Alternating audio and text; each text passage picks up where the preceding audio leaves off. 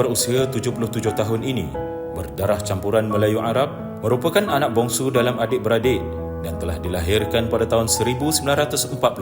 Ahmad dikenali sebagai pengasas RHB Bank, salah satu kumpulan perkhidmatan kewangan serantau bersepadu terbesar, serta merupakan seorang pelopor yang aktif mempromosi pembiayaan Islam di Malaysia.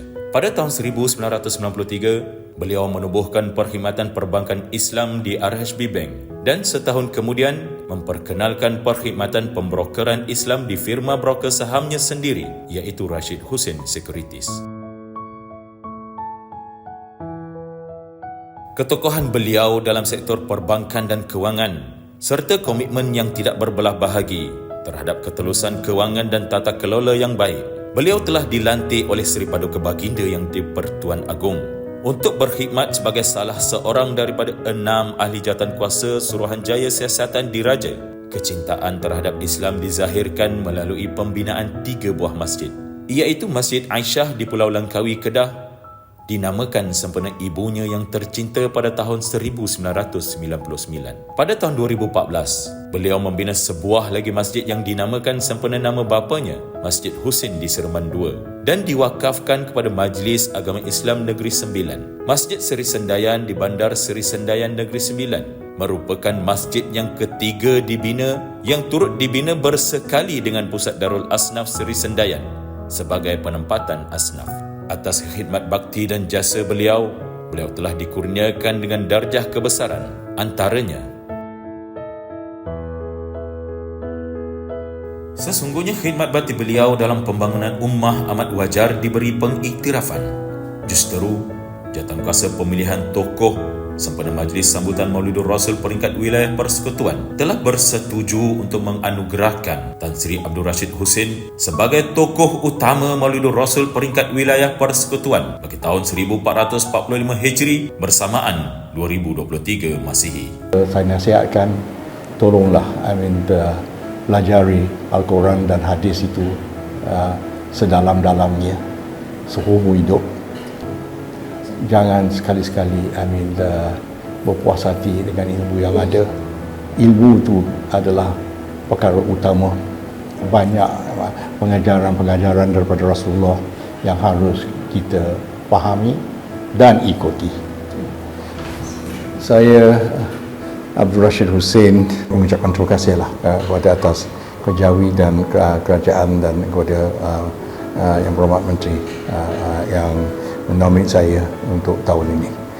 Harap sedikit sebanyak saya dapat bersumbang kepada masyarakat Islam umumnya. Terima kasih.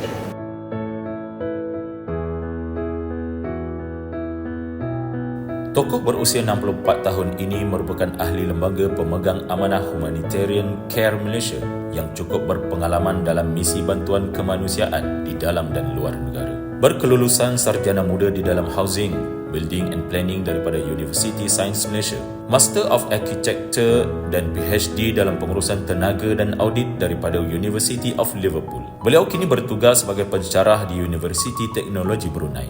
Penglibatan beliau dalam misi kemanusiaan melayakkan beliau dilantik menjadi ahli lembaga pemegang amanah Aqsa Sharif pada tahun 2010 dan bermula saat itu beliau mengetuai misi-misi bantuan dan kemanusiaan di negara bergolak seperti Palestin, Syria dan Afghanistan. Beliau turut mengetuai misi bantuan gempa bumi di Indonesia oleh kerana beliau sering terlibat dalam misi bantuan dan kemanusiaan. Sekali lagi beliau diberi kepercayaan untuk menjadi pengerusi pemegang lembaga amanah International Educational, Scientific and Cultural Organization. Antara cabaran paling besar yang beliau lalui ketika menjalankan misi bantuan kemanusiaan apabila beliau memandu sendiri van ambulan daripada London dan ditahan selama 16 hari di Syria sebelum dibenarkan masuk ke Palestin. Antara anugerah yang telah diberikan kepada tokoh ini adalah ketokohan beliau yang begitu menginspirasi ini melayakkan beliau, iaitu Profesor Madya Muhammad Zain bin Kandar, dinobatkan sebagai tokoh khas individu sempena Majlis Sambutan Maulidur Rasul peringkat wilayah persekutuan 1445 Hijri bersamaan 2023 Masihi. kita haruslah memiliki sesuatu yang boleh kita memberi manfaat kepada orang lain. Inilah rahsia. Apa yang kita berikan tu sebenarnya simbol kita ni orang beriman dan sebagainya, yang mana kita juga sentiasa sebenarnya tiap-tiap hari mendapat nikmat dan juga limpahan daripada Allah SWT, dan juga kita sentiasa mengharapkan orang lain, kerana kita ni hidup bermasyarakat, memberikan apa juga yang kita boleh lakukan sebagai amar ma'ruf ataupun nahi mungkar, niat kerana Allah, dan kita ikhlaskan setiap sekecil-kecil kerja kita ni untuk meraih keredaan Allah SWT. Tidak ada yang lain selain daripada keredaan Allah SWT yang kita dambakan sebenarnya, insya-Allah.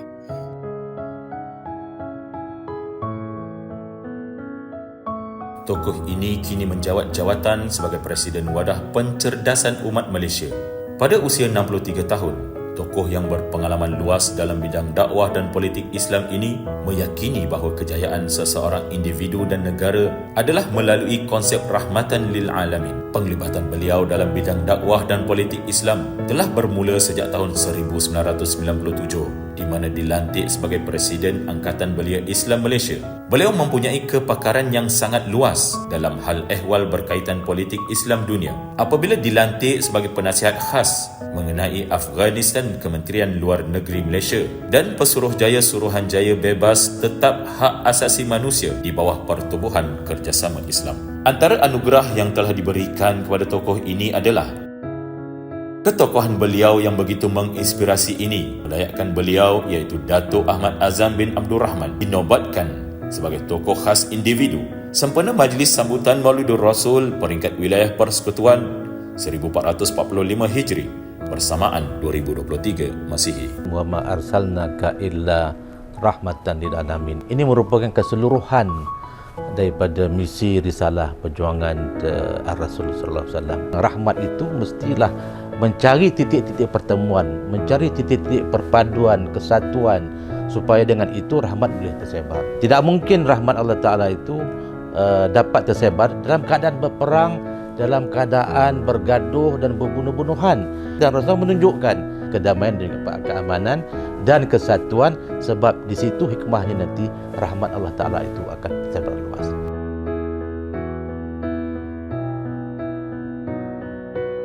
Masjid ini merupakan antara masjid ikon yang terletak di ibu kota Kuala Lumpur. Berkeluasan 69,665 kaki persegi, mampu untuk menampung jemaah dengan anggaran 11,000 orang dalam satu-satu masa, terutamanya pada hari Jumaat. Berfungsi sebagai pusat pembangunan ummah, ia menyediakan pelbagai program pengimarahan seperti kuliah dan kelas pengajian, bermula seawal kuliah subuh dan berakhir dengan kuliah maghrib setiap hari. Menjadikan masjid sebagai pusat pendidikan dalam melahirkan ummah berkualiti. Ia menyediakan perkhidmatan pusat didikan kanak-kanak Islam. Masjid ini juga merupakan masjid pertama di wilayah Persekutuan yang mengadakan program kelas tahfiz secara sepenuh masa kepada pelajar dengan pembiayaan sepenuhnya oleh pihak masjid. Sebagai sebuah pusat komuniti sosial, ia aktif menyantuni masyarakat pelbagai latar belakang, termasuklah bantuan kepada asnaf anak karya, masyarakat awam dan pengunjung yang memerlukan bantuan. Masjid ini menyediakan aktiviti bersesuaian kepada semua golongan masyarakat tanpa mengira bangsa dan agama, serta berhasrat untuk menjadi masjid mesra jemaah pertama yang akan dibuka 24 jam kepada masyarakat bagi memudahkan urusan ibadah. Pelbagai inisiatif dalam membangun dan membentuk masyarakat yang rahmah dan harmoni telah melayakkan masjid ini, iaitu Masjid Jamik Kampung Baru Kuala Lumpur, dinobatkan sebagai penerima anugerah khas kategori masjid sempena Majlis Sambutan Maulidur Rasul peringkat wilayah Persekutuan 1445 Hijri bersamaan 2023 Masihi.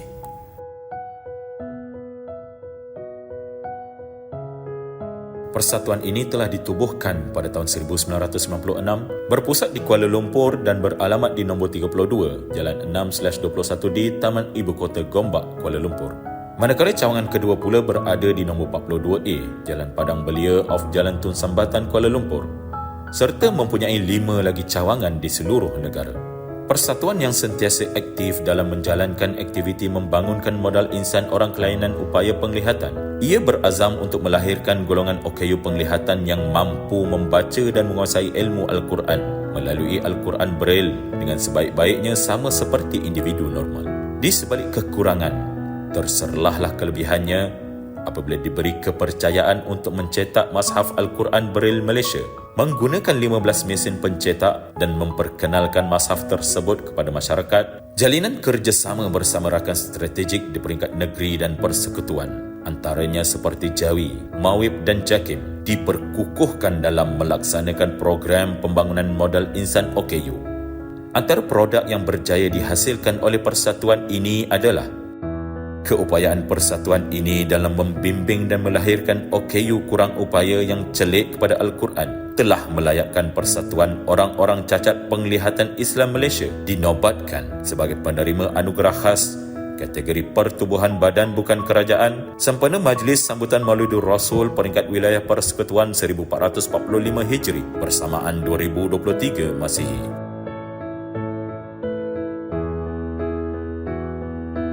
Ma'had Tahfiz ini terletak dalam 14/26 Taman Seri Rampai Setapak, Kuala Lumpur, di atas tanah milik Majlis Agama Islam Wilayah Persekutuan.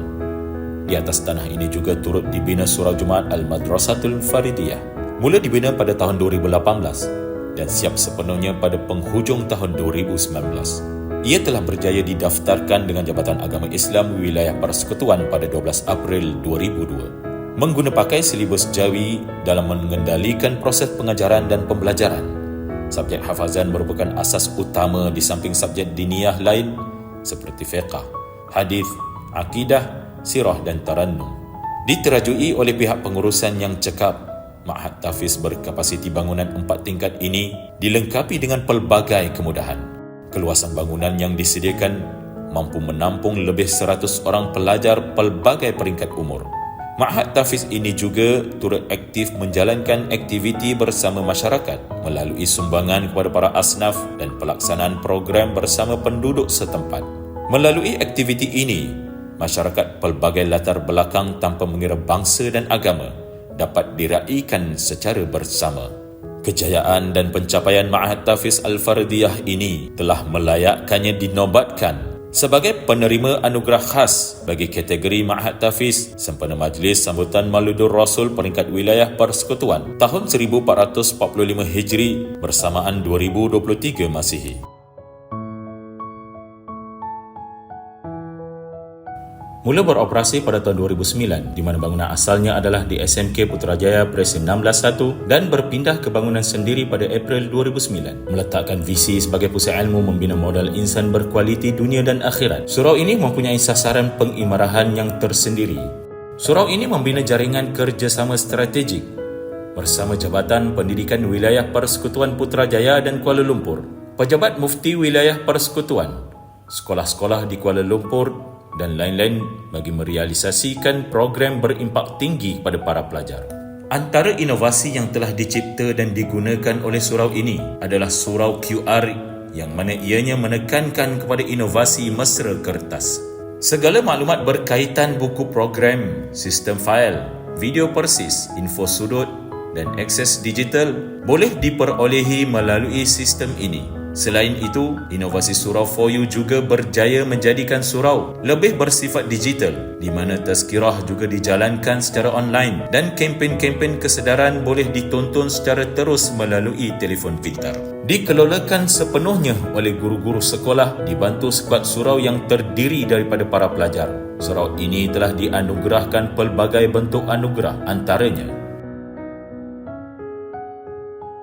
pengimarahan surau yang pelbagai dan inovasi yang diwujudkan oleh surau ini boleh menginspirasikan masyarakat Islam di wilayah Persekutuan dan melayakkan surau ini iaitu Surau Al-Hijrah SMK Putrajaya Presiden 181 dinobatkan sebagai penerima anugerah kategori surau sekolah sempena Majlis Sambutan Maulidur Rasul peringkat wilayah Persekutuan 1445 Hijri bersamaan 2023 Masihi.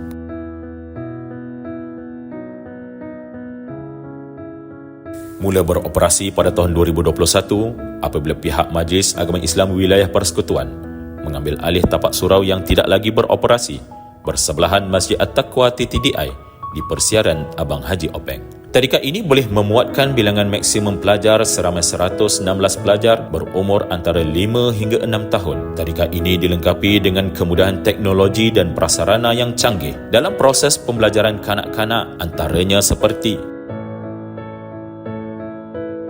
menjadikan bahasa Melayu dan bahasa Inggeris sebagai medium pembelajaran. Tadika ini mempunyai silibus pembelajaran bagi subjek teras seperti kemahiran. Antara subjek kemahiran yang ditawarkan ialah robotik, mula diperkenalkan pada Ogos 2023. Subjek ini mampu menarik perhatian dan mendidik kanak-kanak untuk lebih fokus dalam menguasai kemahiran baharu.